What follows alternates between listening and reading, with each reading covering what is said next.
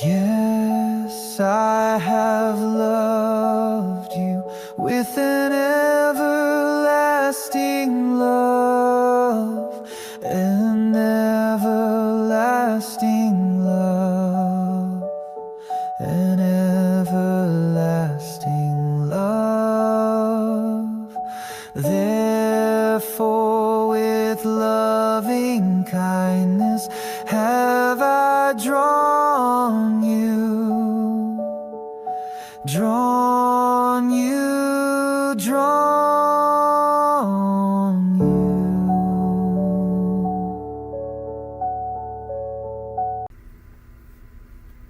Yo, what's down in the hood, homies?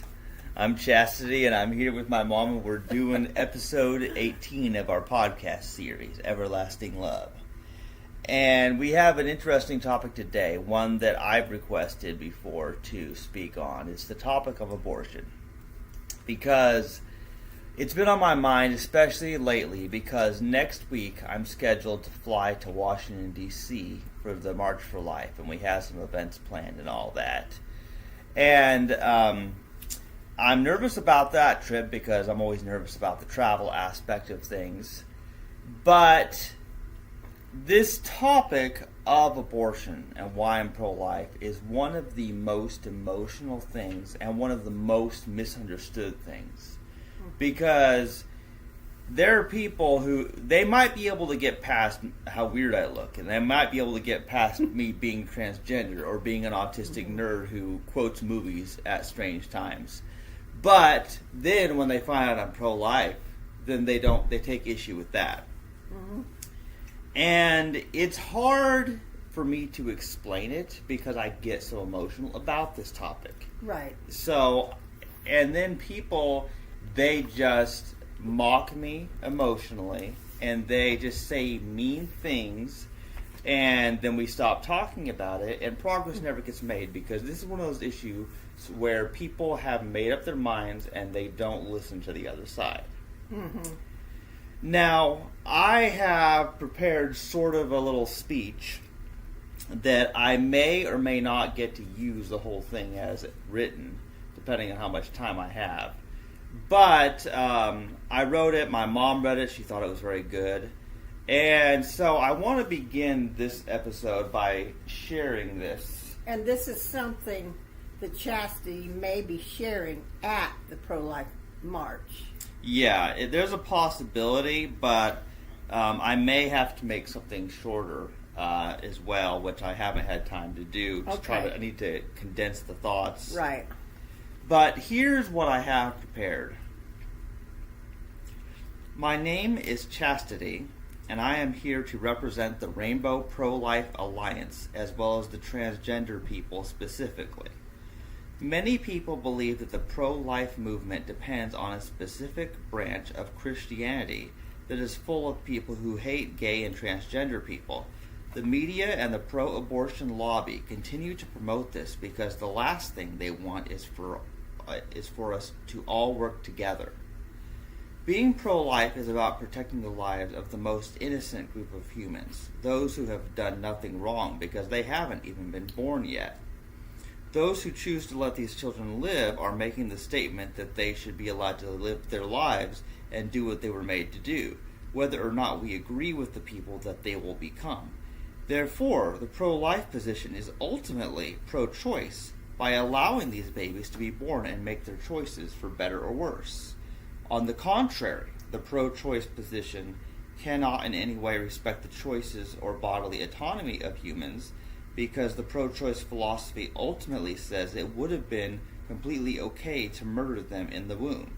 The only choice offered by those claiming to be pro-choice is abortion. When it comes to choice over who to vote for in elections, whether to homeschool children or choosing to vaccinate these children or not, they often do not respect the choice of the parents. I speak as an asexual transgender person who will not procreate. I have no financial or social reason for being pro-life, yet I speak and write my opinions as part of the Rainbow Pro-Life Alliance, as well as an individual who knows quite clearly that people like me are those most likely to be killed both before and after birth. I do not have the power to make the world understand the unique experience of being lesbian, gay, bisexual, transgender, queer, intersex, or asexual. However, what I can do is tell you that I see parallels between the hate crimes against the rainbow people and the unborn babies. Gay people have historically been murdered, denied housing, employment, and disowned by friends and family. Moreover, they have been accused of being a danger to children. Transgender people are currently experiencing what gay people did years ago. We are murdered or arrested just because we look different or because we use the quote-unquote wrong restroom, even if it does match our biological sex. More often than not, we are told that our identity is not real, but merely a mental illness that can only be cured by murdering us or sending us to conversion therapy until we commit suicide from hopelessness and rejection. However, much to my disappointment, I have seen many of the LGBTQIA people embrace a pro-choice philosophy that says it is okay to murder the unborn for any reason or no reason given at all. Ultimately, I reject that anyone has the right to murder anyone, whether born or unborn, male or female, Jew or Gentile, gay or straight, black or white. I believe that the only reason the LGBTQIA mostly embraces the false pro-choice promises to respect their bodily autonomy. Wait, I think I messed up in how I wrote it. Wait, let me start. Okay, I believe the only reason the LGBT mostly embraces the false promises to respect their bodily autonomy is okay. I messed it up. Whatever. I'll continue. Can you explain what you were trying to say there in case it doesn't come out right? Yeah, let's see. Trying to figure out what I was saying here. Yeah. Okay, yeah. I think there was supposed to be another sentence between here. Basically, the idea is that they've been told by the pro-choice movement that they're about respecting their bodily autonomy, and so the LGBTQIA people, they think that means that they are, allowed to be what they're doing and do with their body what they want, whether that's who they have sex with or whether that's their transgender surgery. Yeah, it's kind of like they compare that to women having control over their own bodies. Right. They want to kill their babies, so they think that's the same thing, and it's not. Right. It's actually a very different situation. And then I said they can even get some services at Planned Parenthood, but at a price of working with the enemy, which is the actual danger to children, because it makes a profit from killing them. For many of us, the pro-abortion message is the only one we hear because we have not been welcome in church nor seen Christians who act as Jesus taught them to. If the mainstream cisgender heterosexual pro-life people and the LGBTQIA plus community worked together and remembered who the real enemy is, it would lead to a much safer world for all of us. There are many misunderstandings based on false information. People like me and the others in the Rainbow Pro-Life Alliance are a bridge to help the two sides see that we are not enemies by nature, but because we have been given the wrong messages by those who profit from confusing us to win elections or make money from killing us. Okay. Yeah. And this is one of those things, what I said about how I have no financial or social reason to be pro-life, that's because this is not part of a peer pressure thing. It's different if you are, for example, a member of the Catholic Church, which they're officially pro-life from what their leaders say, and if that's what you're around. But I'm not pro-life because I had a bunch of people telling me that I should be that way. Nor am I transgender because I had people influencing me to be that way. Because that's what some people think. Oh, well, somebody convinced them to be transgender or gay or whatever. That's what they think. But no, it's actually something that I've always really known and how I am. And similarly with the pro-life thing, that's something that's never changed because I've never agreed with killing these innocent babies. And another thing is, I specifically want to call out people who do this thing, who say, well, if you are for capital punishment, you can't be pro-life, which is a separate issue. Although I have reasons that I am against capital punishment anyway. But here's the thing is, there is a difference between killing those who have done something wrong, who have, for example, murdered other people, and people who have not done anything wrong because they haven't had a chance to live their lives yet. So there's a difference between killing the guilty and the innocent. And while there are some things that should go together, for example, veganism and the pro-life position are one and the same for me. They really are the same, because if the reason that I have to be pro-life for the humans is not because I like humans. In fact, most of them are kind of mean. And even those babies that haven't been born yet, they'll be mean if they live long enough, because they'll learn the evil ways of humanity. But it's not because they are sinful by nature, but because they are taught that way. And many vegans, unfortunately, while they don't want to kill animals, then they're for abortion. And the problem with that is that how can you justify killing one group of innocent living beings and then go and say it's wrong to kill these animals, or vice versa? You can't try to be like, oh, let's not kill the animals, and then, oh yeah, let's kill the babies. People are wildly inconsistent in that way. And the reason people don't want to have the discussion on abortion, and the reason they don't listen, is largely because it makes you question everything. It makes you really think, well, under what circumstances is it ever acceptable to kill someone? And how far does self-defense go? What situations is a self-defense situation? And which is where you are just killing somebody for something that they haven't done, or what you think that they will do 30 years later if they're born. Yeah. You know what I'm saying? Right. Yeah. So basically, I've always been pro-life, but what I found that was most strange is that the churches that I was in, at the time, in my 20s when I was really pondering this issue, is I was finding out they were full of pro-choice people. And I never understood this idea that Christians, if they are living as Jesus taught, if they're really loving their neighbor of their self, if they're really loving, God and loving God's creation, how can they then be like, oh, it's okay to kill the most innocent? I don't think and this is my thing, but I don't think somebody can be a pro-choice Christian or be a Christian and kill any animals. I don't think so. I just don't think it's what Jesus would do. I don't think that it's ultimately God's way or the way things will be in the afterlife. Yeah.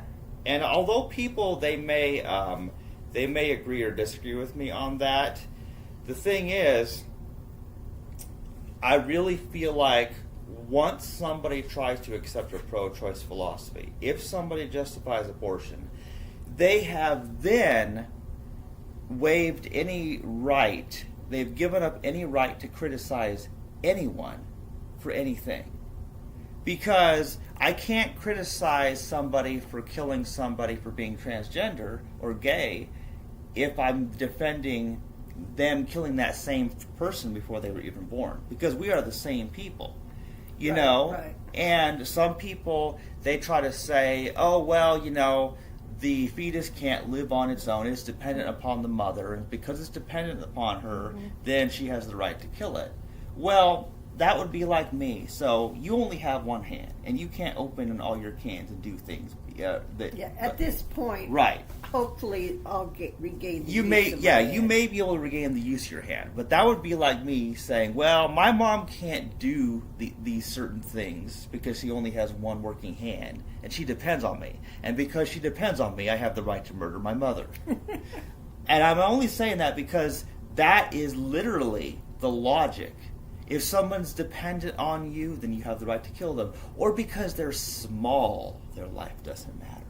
That's another thing. Oh, well, it's just a tiny thing. It's not a person yet because it's small. I can't do that either. And you know why? Because when I look at a tiny ant, the tiniest insect that I can see with my eyes, and I see how they have their entire society. They walk around, they collect their food, they communicate with each other. The smallest living thing is still a living thing, and it still has a brain and intelligence, and that's how I see the unborn humans too. Literally every justification, size, level of development, dependency, or environment, all of these different ways that people try to say it's okay to kill somebody, and they use this for the unborn, those also apply to killing adult humans of all ages as well. And that's why ultimately I will not change my position on this pro-life thing, because even though I'm not a big fan of humanity, because most of them do end up evil and they will hurt me, but I also would have to give up everything else. I can't be vegan anymore if I'm pro-choice. I can't have an ethical code, because if it's okay to kill someone for any reason that people can come up with, or without even giving a reason, then all of us kill each other. And even when somebody has done something wrong, people go way too far. It's like, well, somebody said something mean to you, so you go burn their entire village and kill their whole family. That's how people are. People go so far. Yeah. And a lot of times people, they try to claim self-defense with things when really what they're doing is they're attacking people because they're afraid they're going to hurt them. What they may have hurt them, or they might be afraid they're going to hurt them even when they haven't yet. But this is, I feel like if we can't agree that it's wrong to kill somebody who has done nothing wrong, then there's no more discussion to be had. Yeah. This shows me that we are going to have to go into some other issues, because I'm sure people want to understand, like what you're saying about veganism. Yeah. There's a lot of things about that people object to and say, yeah, but what about the sacrifices in the Bible? Right. And things like that. If God didn't want animals killed, then how come He ordered that? And see, these are some issues that I'm studying a lot about, so that I can present more answers about those things. Yeah. And then also you mentioned about how you didn't think that a baby would eventually do anything bad. And so that tells me you don't really believe in the doctrine of original sin. Right. What I'm saying is it's not that they are conceived evil. Right. And I recently did some study on that concept too, because I have trouble with that. And a lot of the scriptures that they quote to prove that have been misinterpreted and not the way they've taken them. Like specifically, there's one in the Psalms where David said, "In sin did my mother conceive me," and people take that verse to say he's saying that he was sinful before he was even born. Right. And that is really a misinterpretation of that, because I'm actually studying a lot of stuff in their original languages. So we have a lot of discussions about a lot of these issues that Chastity's just kind of hitting on while he talks about abortion, and why he's against it and all that. But I just wanted to say that I know people are thinking, well, what about this and what about that? And so it's going to take a lot of discussions about all these things, and who knows how long we're going to be having to do this podcast business, but maybe it will be the rest of our lives, because this is something God got us doing. Yeah. And so there's a lot of questions people have, and I want to help people find answers.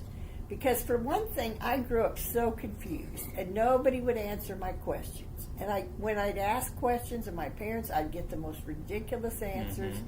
And I didn't like growing up in confusion. And so I always tried to make sure I explained things to my kids when they asked me things, and at least on whatever level they could understand.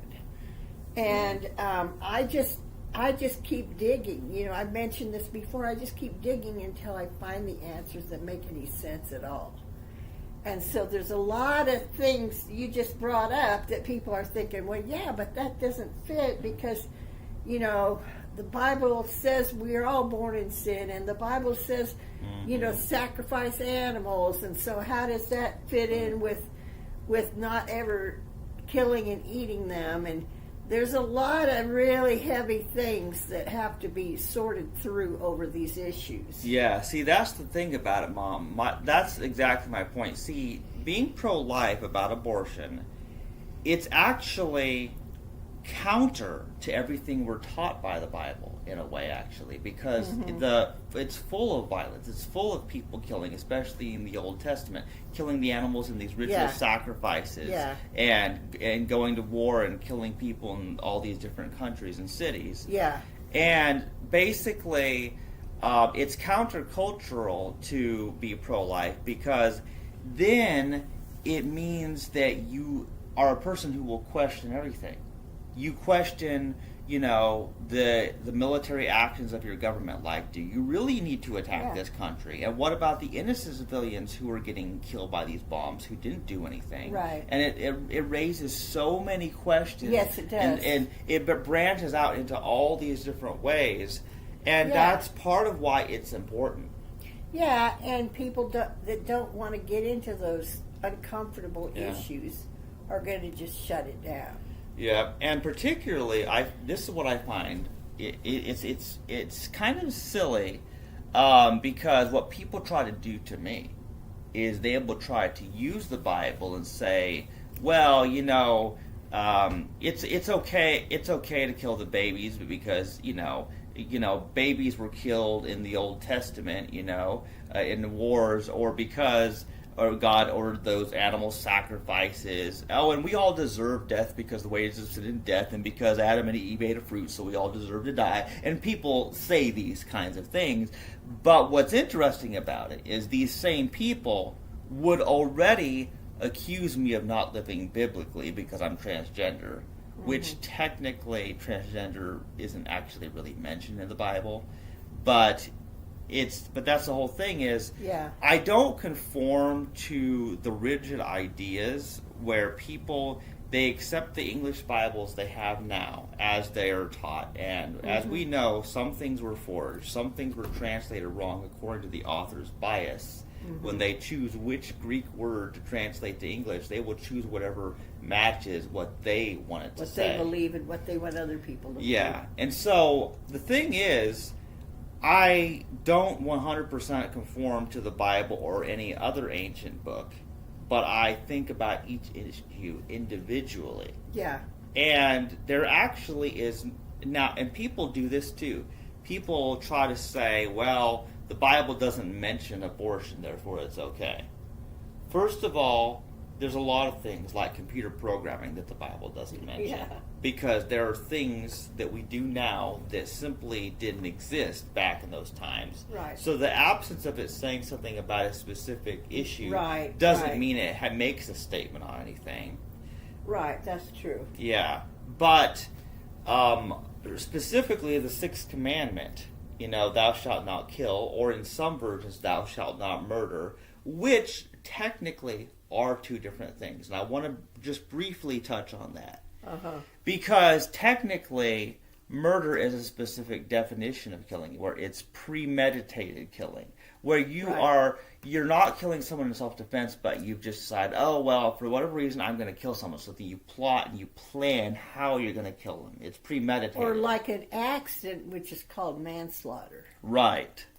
So, yeah, there are different types of killing. Yes. There's accidental killing, like if you accidentally step on a cockroach, for example. you know.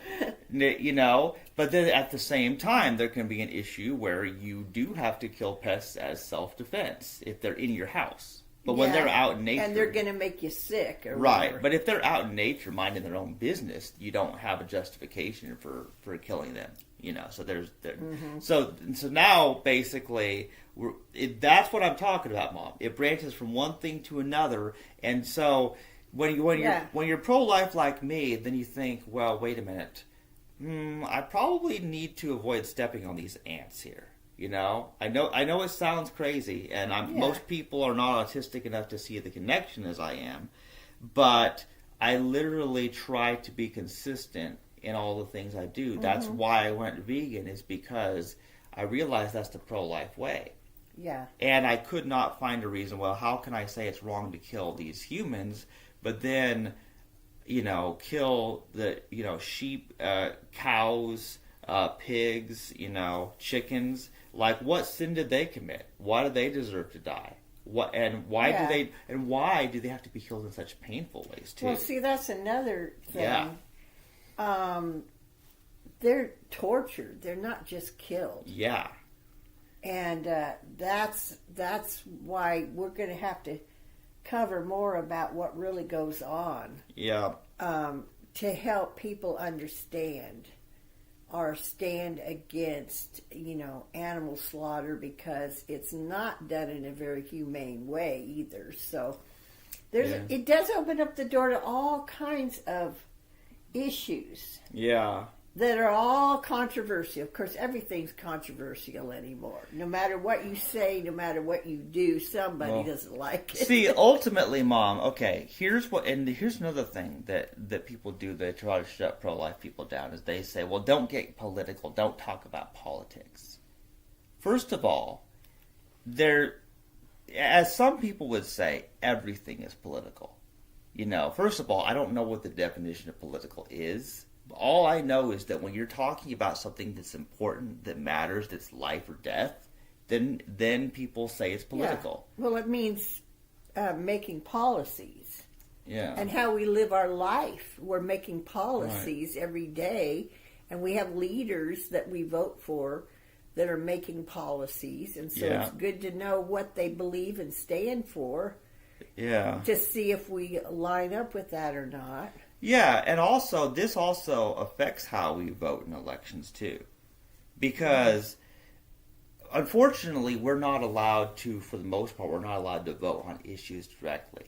There might be specific cases where we get to vote on a certain amendment in a certain state. Yeah. But for the most part, we're given a choice between one of two people to vote for in these presidential elections, or we're given a choice on who to vote for in these local elections, but I often don't know who these people are, Yeah, and they may have so many different viewpoints, and they might have, a pro-life belief, but then they might have some other horrible thing, and so you may not agree with everything, and so a lot of times you're making a decision based on what's the what do they say, like the lesser of two evils, they say. The lesser of two evils. Yeah. Or sometimes the lesser of maybe 5 or 6 evils. Right. Well, and see, here's the thing, Mom, because now if you have a choice, and this is a tricky thing for me, because this is not about specific elections that have happened recently. It's not about individual people. It's about, for future reference, whatever country you happen to be in, whatever your elections look like, if you have a choice to vote for somebody who, like, for example, they are for LGBT people and want to protect them from hate crimes and stuff like that, but then they're pro-choice and they want to justify abortion and legalize it nationwide. Yeah. Do you vote for that person, or do you vote for a person who's pro-life, but then they also enact policies that will result in transgender and gay people dying? Yeah. And that's kind of a decision that I felt like I had to make in the recent election. And here's what I mean specifically, because there have been policies, there have been executive orders, and throughout my lifetime, there have been, it usually has been from the Republican side that will make certain laws against gay or transgender people and removing their protections. There's a lot of that happening recently, very recently too. However, I tried to think which is the lesser of two evils. And I thought about it, and I realized it is more important to protect the unborn. And the reason for that is I may be under constant threat because there are people who are going to kill me for who I am. But the difference is I was allowed to be born, and you raised me, and now as an adult, the odds are against me, but I still have a chance to defend myself. I still have a chance to use my brain and my body and to try to defend myself if somebody does try to murder me. But if abortion is legal, then these babies, they never have a chance to defend themselves. They never have a chance to speak. And even if something were to happen to me, like I could even get killed on this trip and never come back. We don't know what will happen. Yeah. But at least I've had a chance to live my life for 38 years at this point. And I've had a chance to write so many books and do so many other things. You've been able to get your voice out there. But that leads into the scripture that God gave me for this podcast. He gave me one in Proverbs 31, verses 8 and 9. And I'm going to read it in the NLT version. It says, "Speak up for those who cannot speak for themselves. Ensure justice for those being crushed. Yes, speak up for the poor and helpless and see that they get justice." So I thought about it and prayed about what, and that scripture came to my mind, and then I looked it up because at first I didn't remember where it was at. But I noticed there's a lot of things in the Bible that talk about defending the widow and the orphan, and a lot of the things that Israel and Judah got in trouble for that led to them being taken captive and judgment coming on them. It seems like more and more it was more about they weren't taking care of the needy. And God didn't like that. And, there were some other things they were doing, like idolatry and all that, but that seemed to be a big, big issue. Mm-hmm. And I'm going to mention this too because it leads right into some of the other things we've talked about. You know how people use that scripture about Sodom and Gomorrah? Mm-hmm. To say that the sin of Sodom, was, that they were homosexual and all that. Well, the truth is, and we'll get into that another time too, because I promised to go through some of these different scriptures that question those things. And the thing is, people assume that that's what it was about. Mm-hmm. And there are actually other scriptures that tell you what their real sin was, that they got judged for. And what it was is they were not concerned at all about the poor. And it was in hospitality. They were letting people come in and they wouldn't feed them, people that were traveling through there, and they were just letting them die on the street. They had no compassion. They didn't take care of the needy. Yeah. They wouldn't give them food. And I think it's in Ezekiel, and we'll get into those, where it says that's what the sin of Sodom was. Mm-hmm. And yet people for many years have been saying, oh, well, they were gay, and that's what they got, judged for. And there's a lot of things wrong with that belief. And like I said, we only went into one of the scriptures so far, but there's 6 main ones in the Bible that condemn homosexuality, and a lot of them have just been built on people's ideas and theories of what it means. And that's where they even get the word sodomy was invented, because people assumed that was the big sin. And whether you believe it's a sin or not, to use that story about Sodom and Gomorrah, you're not seeing the whole picture anyway. And so that came to my mind again, that God over and over in the Bible talks about to take care of people and don't ignore the cry of the needy, and don't just quit caring about people and leaving them destitute. And so, that's just another one of the verses where he says, speak up for those who cannot speak for themselves. And these babies, one of the versions, it says those destined for destruction. Well, because I read it in several different translations. And there's nobody more destined for destruction than these innocent babies, when the law says you can just kill them if you don't want them. Mm-hmm. And they are really, it's a very violent death what they do. And I noticed, in the NLT how it said those that are being crushed. That's literally what happens. Mm-hmm. When they're taken out, they crush their heads in. And if people knew all the horrible things that are done to these babies, it's something they try to keep hidden and covered up. Because I believe that the abortion people, they know what they're doing is wrong. And they don't care. They're just trying to make money off of it. And they don't really care that they're killing innocent lives at all. And then they get mad at the protesters and act like they're so bad.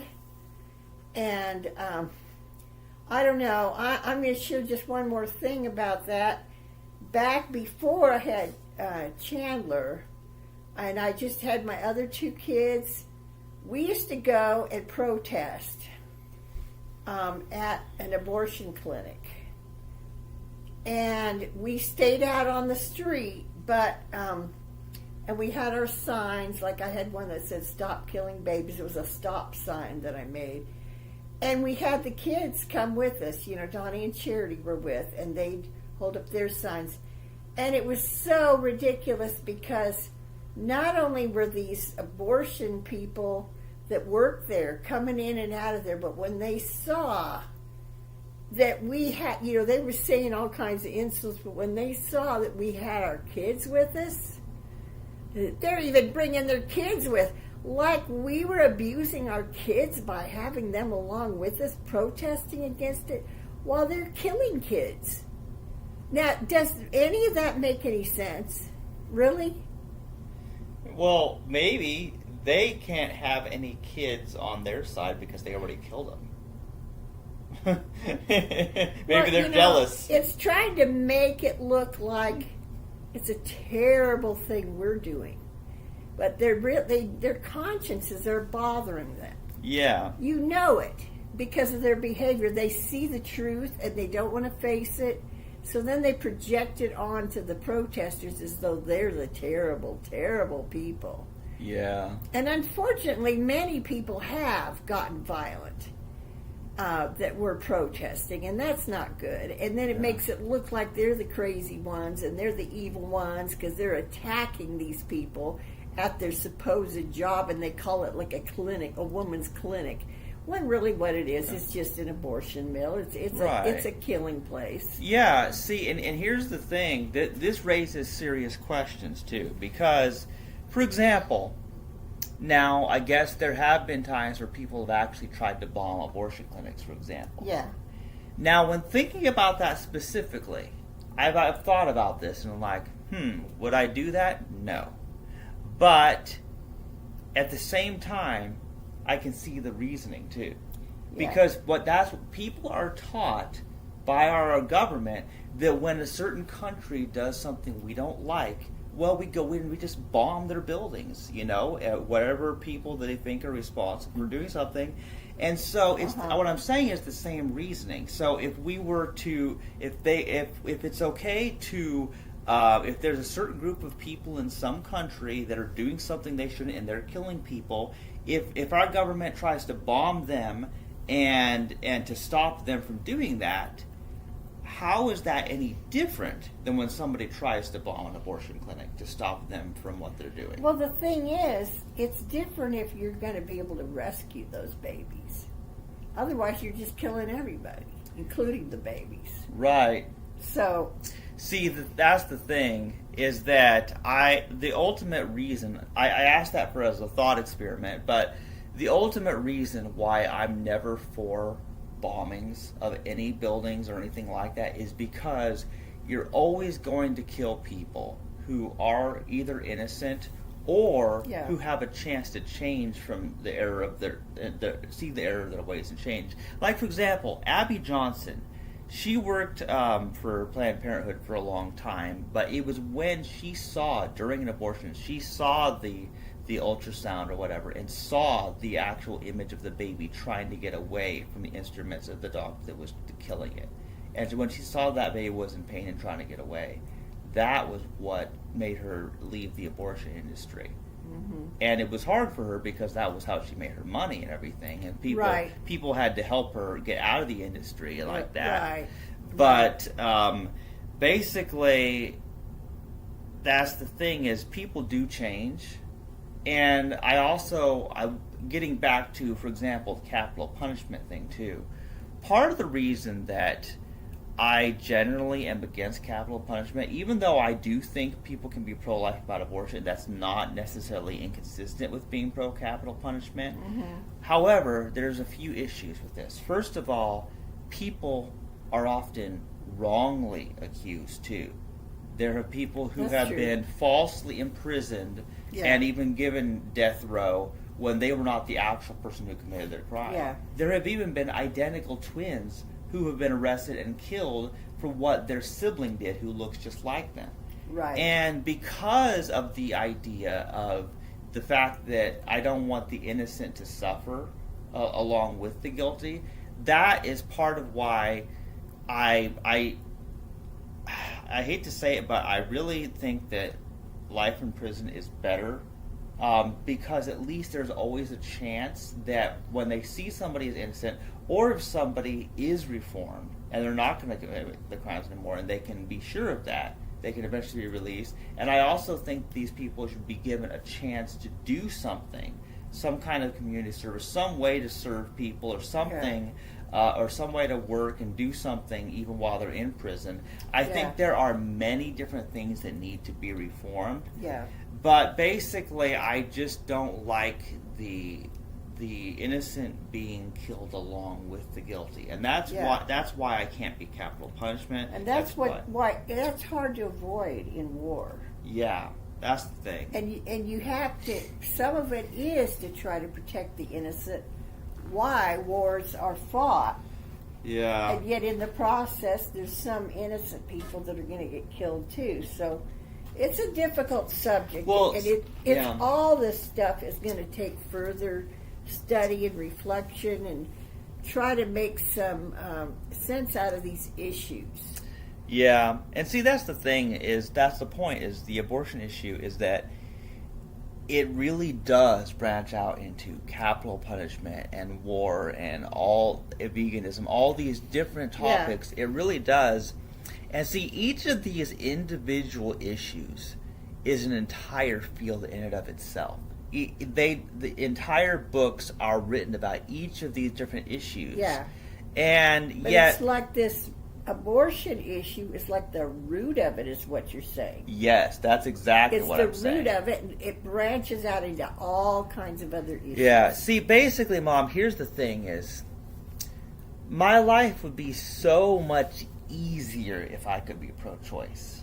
That's what I'm saying, is I have no financial or social incentive to be pro-life. My life would be so much easier if I could just trick myself into not caring who lives or dies. If I didn't care who was killed, then I would not be sad about anything. I wouldn't even be vegan if I could convince myself it doesn't matter who lives or dies. You wouldn't have a conscience either. Yeah, basically I would have to kill my conscience. I would have to kill my own sense of right from wrong.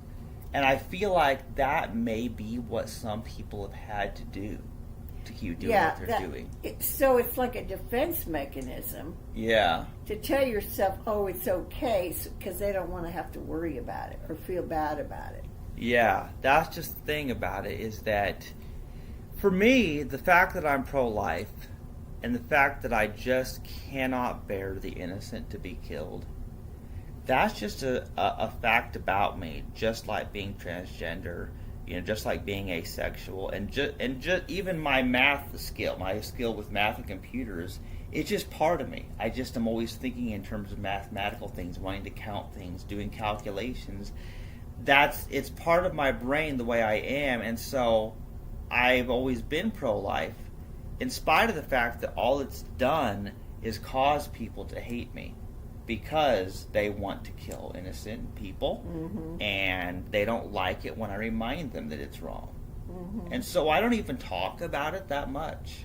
I really don't. But, I go to the board meetings by the Rainbow Pro-Life Alliance, and now here I'm scheduled to fly to Washington, D.C. with them and do some events and stuff. And the reason I wanted to go, even though I'm scared of the travel aspect, it'll be a strange new place around people I don't know and stuff. But the reason I wanted to do it is because I'm tired of being silenced on this issue. I'm tired of having to keep quiet when coworkers at Walmart in the break room on lunch break are talking about it, and I just stay silent. Yeah. Because I just know they'll all attack me if I say anything. And you just get persecuted if you stand up for what's right. That's why it's important for me, for my own mental health, to be able to go to the March for Life and say, you know what, you people, I agree with you. You other people who came here, you agree that killing the innocent is wrong, and I'm with you. And I'm the last person you expect to see because I'm transgender. I'm with the Rainbow Pro-Life Alliance. They don't expect my kind to be pro-life. But that's just the way I've always been. And my little speech that I have is that we all need to work together. If we can agree on that, we can work together. And there is another pro-life group over there that is accepting the Rainbow Pro-Life Alliance and working with them, which shows their openness to including your group. Yeah, see, they invited us to attend their event, the Alternative Pro-Lifers Meetup, and see, they are inviting some people to speak, and so they asked if any of our group wanted to speak. So I won't have time for a long speech or anything. I may need to condense what I wrote to something even smaller if I find the time. But, just the fact that they invited us at all is kind of a big deal. Yeah. And then we also have our own event. We it's called a soiree. It's going to be a dance party, basically. And they're planning to do like the pro-life themed music and have a presentation with that. And there's going to be all kinds of people that we've informed that will be coming. So I'm excited about that. It'll just be nice to be around like-minded people because as it stands, the only person that I can ever talk with about this is you, Mom. You're literally the only person that I can talk about the abortion issue with plainly. Yeah. But, that's the thing is I have felt like I've been silenced, and that's one of those things that's sort of like whenever there's a topic, whether it's abortion or whether it is or whether it might be about whatever war is happening in some country, a lot of times I'll see it, like even on Facebook or whatever, and I won't even comment. I won't even say anything. Yeah, because I know that, first of all, people probably won't read what I said. And even if they do, then they'll just leave 100 hateful comments, and then they'll call me a pedophile. Because I swear, that's what they do. Why would they think you're a pedophile when you're trying to protect children? Well, here's the thing. Does that make sense? It doesn't make any sense. But I actually had someone who tried to say that the reason that I am pro-life is because I have a fetus fetish. Oh, you that got that I was supposedly sexually attracted to the unborn child. Oh, come on. People say this. People actually That's as ridiculous as anything I've ever heard. Yeah, that's the weirdest thing. But see, here's what people... Mom, this is the way of social media. If you say something that's true and people don't like it, then here's what they do is they go to your profile picture and look at your body. Then they start making fun of the way your body is. And then they say, oh, well, you look like a pedophile. Well, what does one look like? You know? And see, that's the thing is that people, what they do is they try to, when somebody is saying some truth or something they don't like, then they try to find a way, an ad hominem attack, to attack that person. It's like, well, you're wrong because you're ugly, or, you know?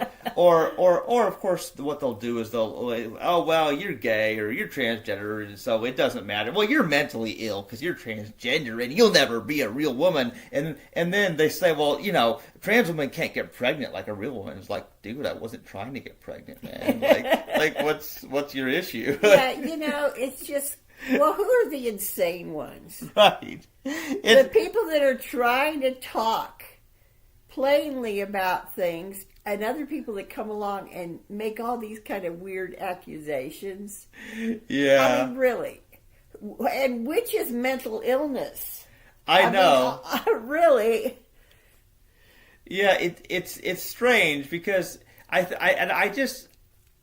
remember how I shared in a previous podcast about how that team lead that was harassing me and you know, and asking me if I wanted to have kids, and I said, well, maybe someday I'd adopt. He says, no, I mean have kids in a way like pedophilia, and I'm like, it's why in the world would he say this? And he also had questioned me about my pro-life views before too, because that's another thing.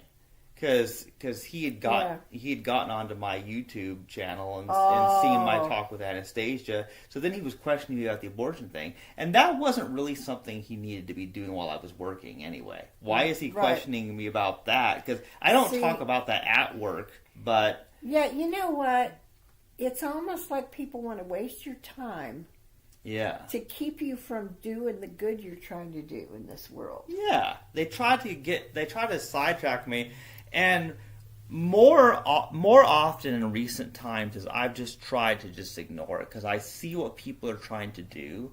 They will just try to argue with me. They'll try to bring up things with the intention of getting me upset. Yeah. And honestly, what I think he was trying to do is, I think he was trying to get me to be upset, get me to go crazy and quit my job. That's what I think he was trying to do. You know, so that my presence wouldn't remind him of how he might be wrong about an issue.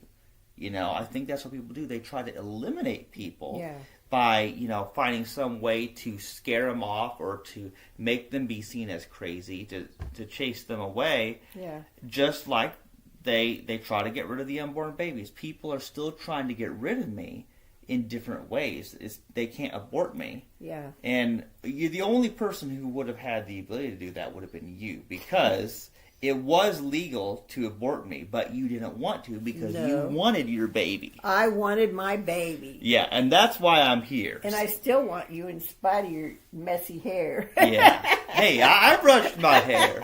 My mom made me brush my hair before this podcast. Yeah, I mean, why bring any more hate crimes, that we don't have to. Right. By someone who doesn't like my baby's hair. See, how come we end up joking even after we talk about the most upsetting things? I swear it makes no sense. But it's almost like we automatically want to lighten things instead of just leaving everybody with this awful feeling like, oh, this is just horrible.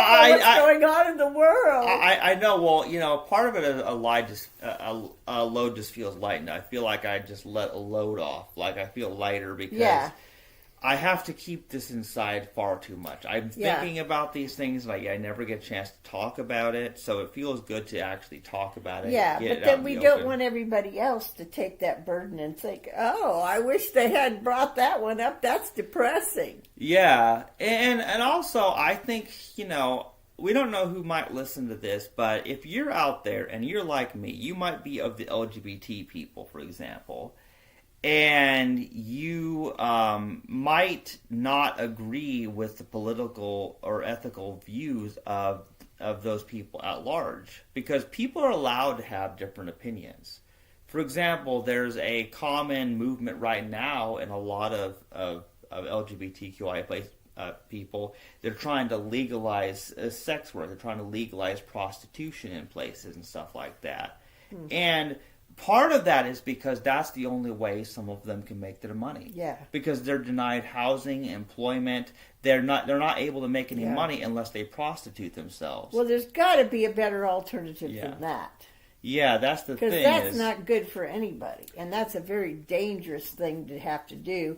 So instead of leaving people where that's their only option, there's got to be better ways to help people. Yeah, and see, that's the thing. That's why society needs to get over their attitude, about transgender people and gay people, because literally people have been denied. They've applied for housing and been denied because we don't accept transgender people here, or as my friend just last night put it, that one that I was talking to, is like, well, they've been applying for other part-time jobs with nothing but rejection, and what they hate is when someone says, oh, well, we're a family company, and what that means is they claim to have family values, which means that they don't accept transgender people. Yeah. And so, because this person is also transgender, they've been looking for another part-time job because they're part-time with Walmart. Mm-hmm. And they can't get full-time either. That's another thing. They're going through a struggle. So, but I just don't think that trying to legalize prostitution is really going to help them. It's not going to help anybody.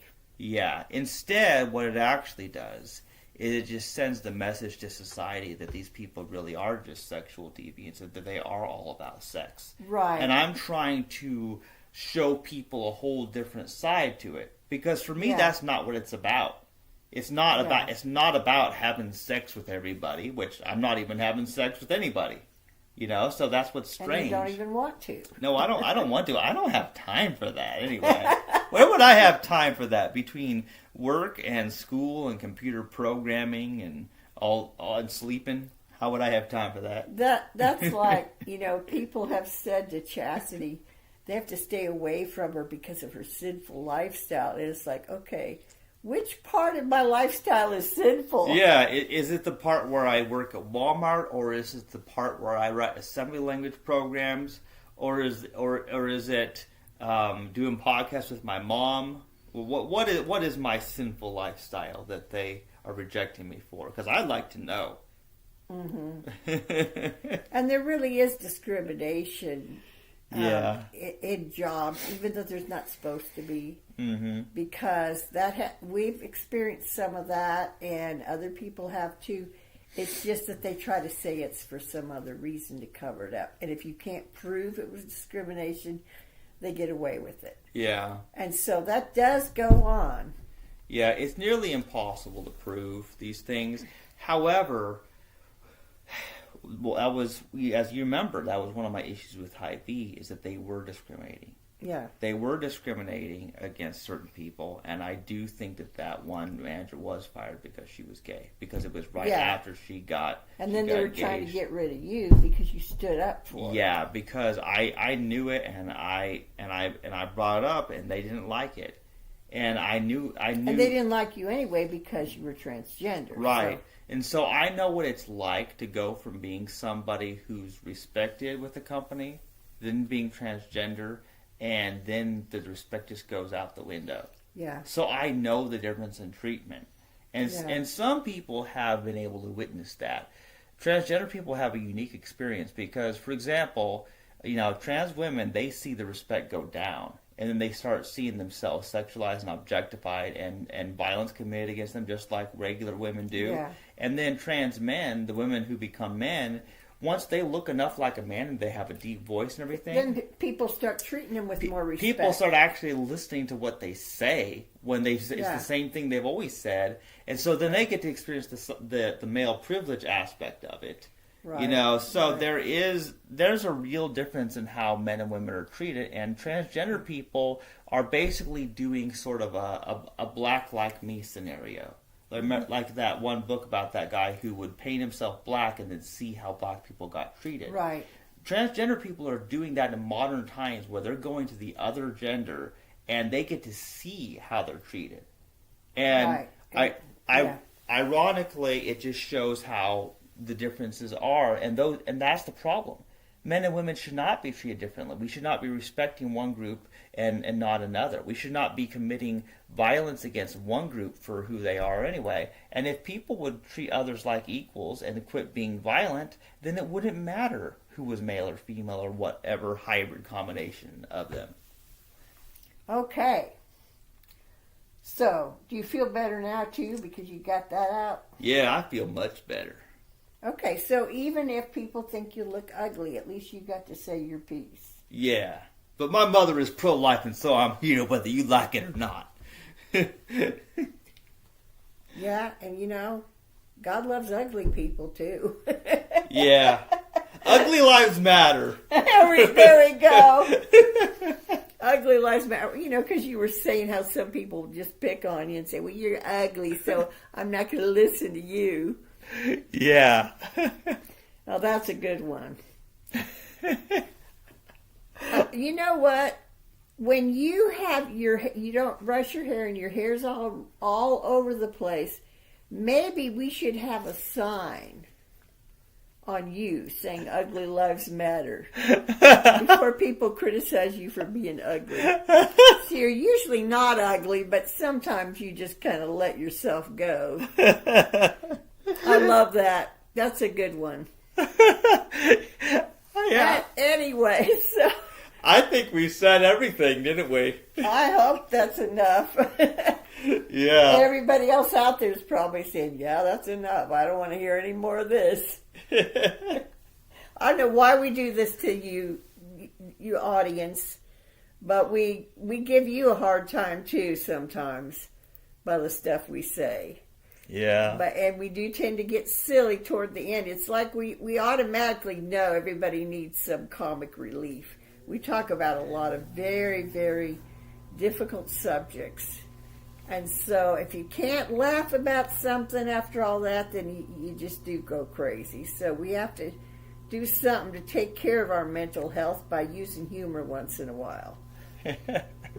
And just looking at this creature gives me plenty to laugh about. Oh, yeah. Well, I guess we said everything we need to say. Is there anything else we forgot? I'm just going to reread this scripture because this is the main message that God has for everybody. Speak up for those who cannot speak for themselves. Ensure justice for those being crushed. Yes, speak up for the poor and helpless and see that they get justice. That applies to the unborn. That applies to other people, transgender people, or anybody else who's being mistreated. And nobody listens to them and they can't speak up for themselves. Mm-hmm. So we all need to be an advocate for other people that need us and need our support. And so I just felt like that's the main thing God wants to say to everybody. Okay. Well, goodbye, everybody. Stay tuned for future episodes. And who knows, if any of you are going to the March for Life next week, you might even see me.